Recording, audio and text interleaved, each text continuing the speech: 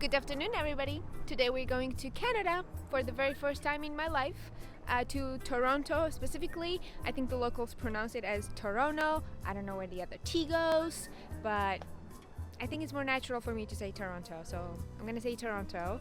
I'm very close to Canada, actually. I'm in Niagara Falls, New York. Just gonna cross the bridge, which is 20 minutes away, and then go to train station and take the train to Toronto.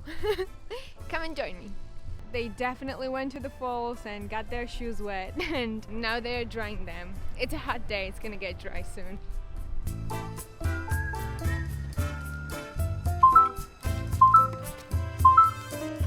I got everything. This is actually my second video of crossing a bridge and going from one country to another, and once I walked in Guatemala, so I guess that's my thing on YouTube. Welcome to Canada! It's 1 hour walk from here. I could also take a transportation, but I have time, so I'll walk.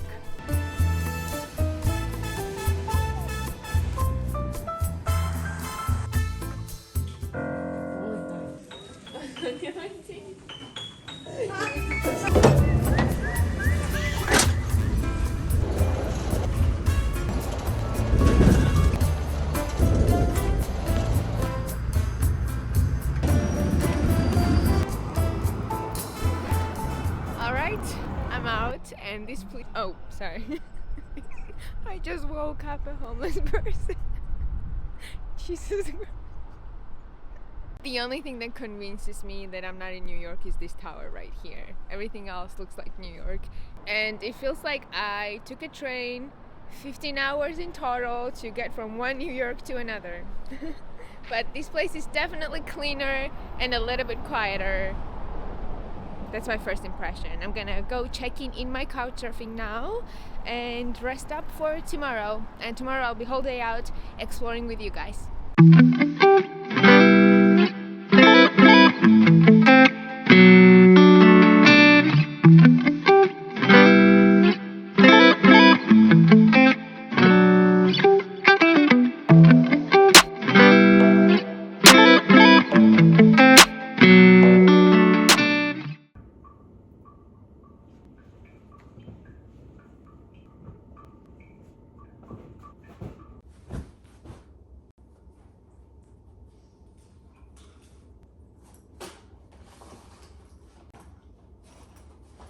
Good morning. Good morning. We're gonna go find some coffee.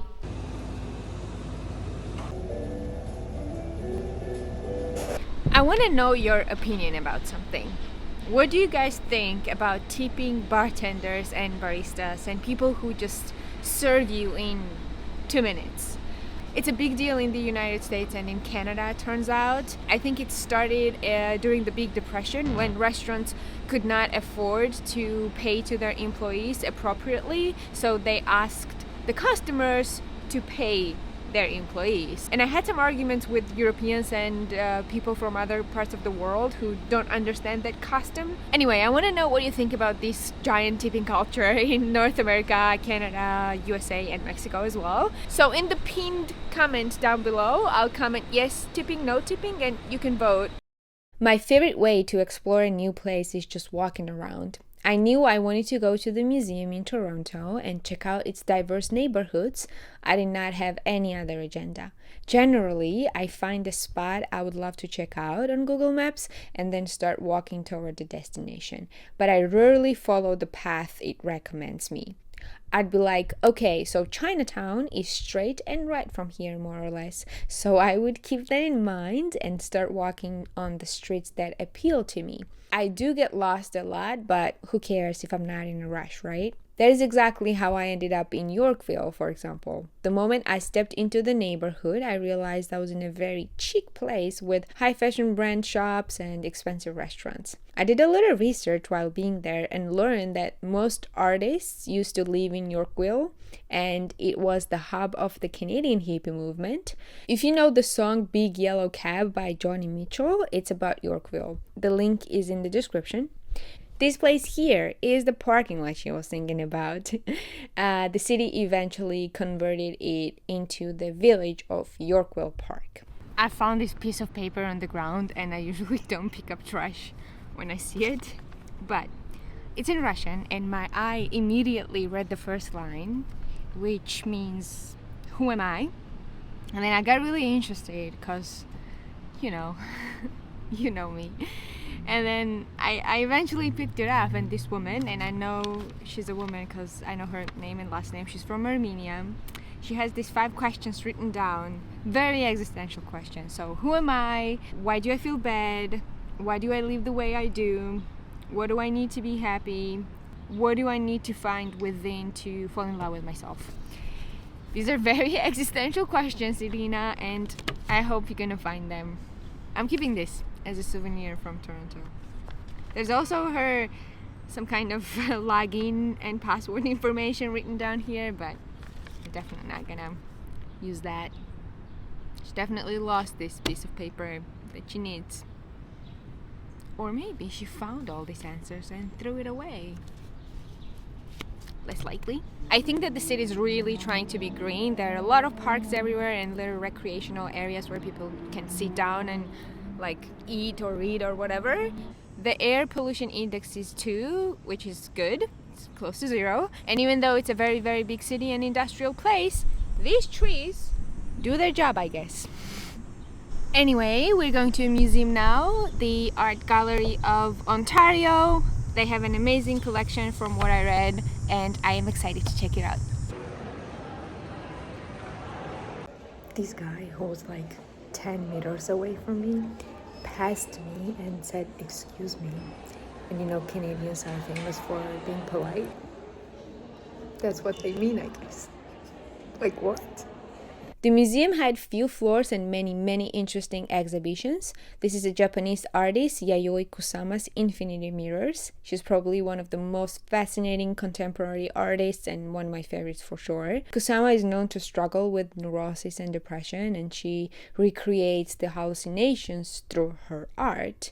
And she also does so much more than that. She's definitely one of a kind artist and a person in general.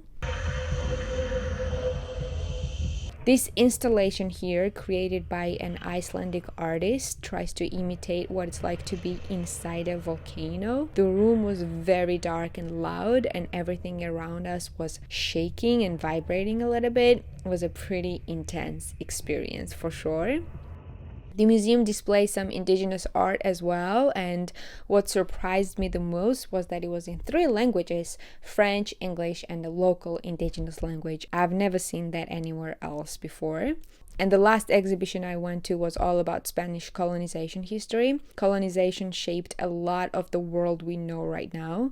In the guided audio, they had people from former Spanish colonies like Peru, Chile, and Philippines talking about their family experiences. It was really interesting. I want you guys to have a look at this propaganda piece that Spanish sailors brought back home to explain what indigenous cultures were like in South America. As you can see, all they show is violence.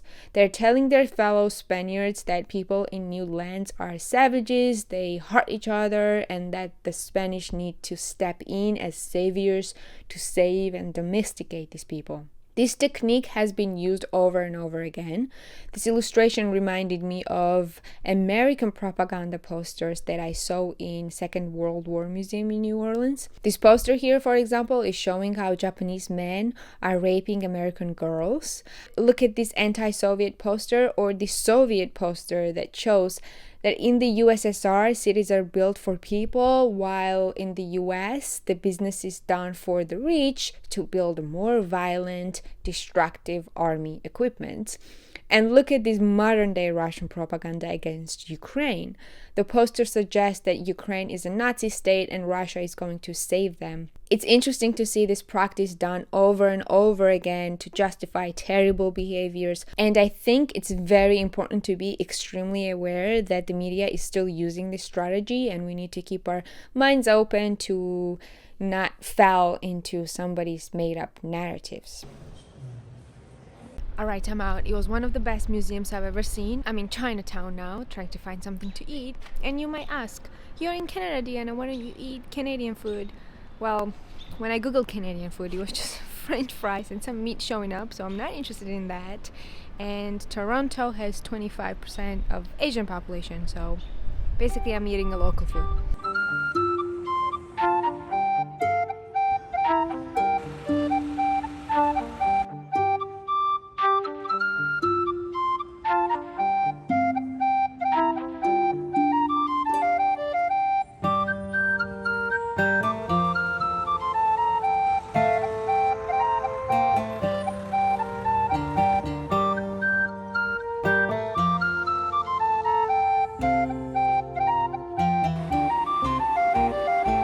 Hi, table for one?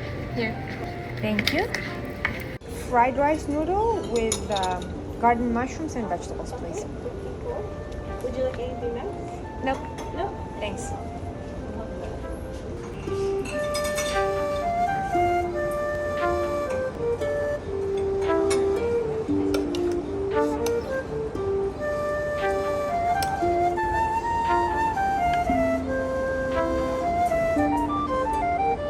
Oh god, I'm so full. That was a big plate. I didn't finish it. They gave me a fortune cookie. Do you want to open it with me? Keep an eye open for an opportunity. Okay.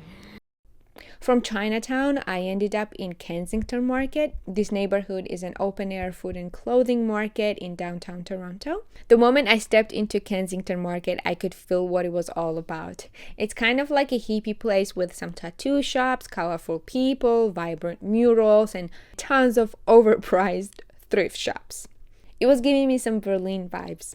And from Kensington Market, I went to a graffiti alley. From what I gathered, the city was struggling with vandalism and undesired murals all over the places. So the authorities decided to give this territory to the street artists to do whatever they desired. So they basically went like, just have these buildings and leave the rest of the walls alone.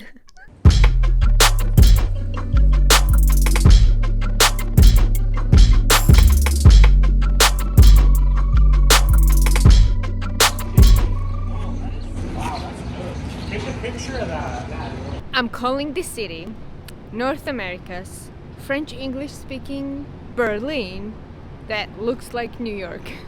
I don't care, and I think that's a very accurate description. I am at a ferry terminal now. I'm gonna meet my host. We plan to go to this island to watch the sunset together. Roy was hosting two of us that night, and he took us to a semi-nudist beach where people were just hanging out butt naked. I don't know how you feel about being naked around other people, but for me it's a weird concept, and to be honest, I envied these people a little bit. They were so comfortable being naked without caring what other people think about their bodies. It's especially difficult in today's world. We have such strong body images and stigmas when it comes to our looks. So I say cheers to the courage of these people who try to get away from the stigmas and enjoy being unclothed in nature.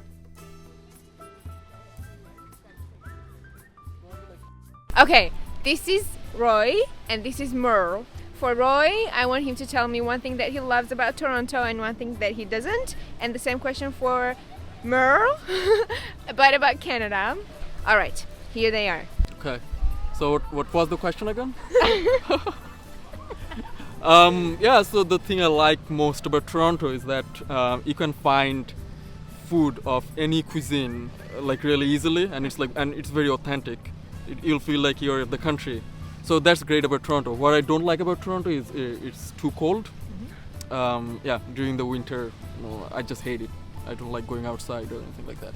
Great, and that's why you live in the building that goes straight into the subway. Exactly, you got me.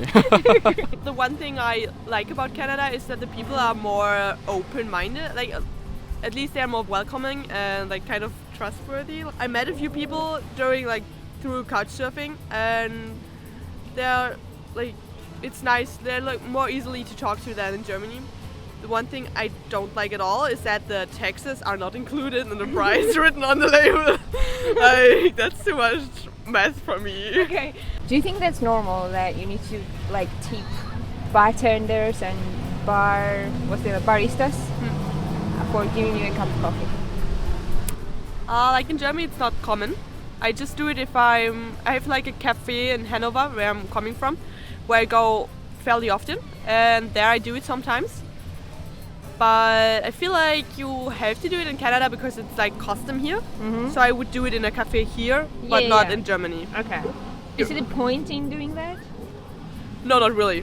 Like, It's more like a social pressure. Yeah. Okay. Yeah. Do you feel that way? Sometimes, yeah, but like especially if it's a coffee shop I like, and I appreciate the way they make the coffee, and I can taste the difference in the quality, then I don't mind tipping like $1 or something like that. Sure. But what I don't like is like tipping at McDonald's, for example. Like they're not doing anything; they're just like packing shit up for, and same way like everyone else does, and you have to tip, and that's the custom. You have to do it, otherwise they will not get paid. Yeah, that's right. We spent a couple of hours at the beach. The sunset was truly amazing. I mean, just look at these colors. We took the last boat to the city at around 10 p.m., grabbed some beer, and went home exhausted. I really had a wonderful day here in Toronto. It is such a vibrant and modern city. I wish I could stay there for a few more days, but I needed to get back to my World Packers volunteering position in Niagara Falls. Oh, and on our way to the boat, we met this guy from Buffalo who's gonna close my video. I love you guys very much, and I'll see you later. This way. Listen, everybody. I mean, Wait, which way? this way. way? This way. We're in Toronto, baby. Look at the side. Can you show them this? Look how beautiful this is. We're with Vienna. That's my boy over here. We just met these. We can't hear you. You should just talk to We the just camera. met these people back there, and I just hope you guys have enjoyed this video. Like and subscribe, of course, for the next following. Why is she laughing, guys? All right, and that'll be it. All right, so we will see you later. Yay! You're great at this. You should start a channel. I know. Maybe not.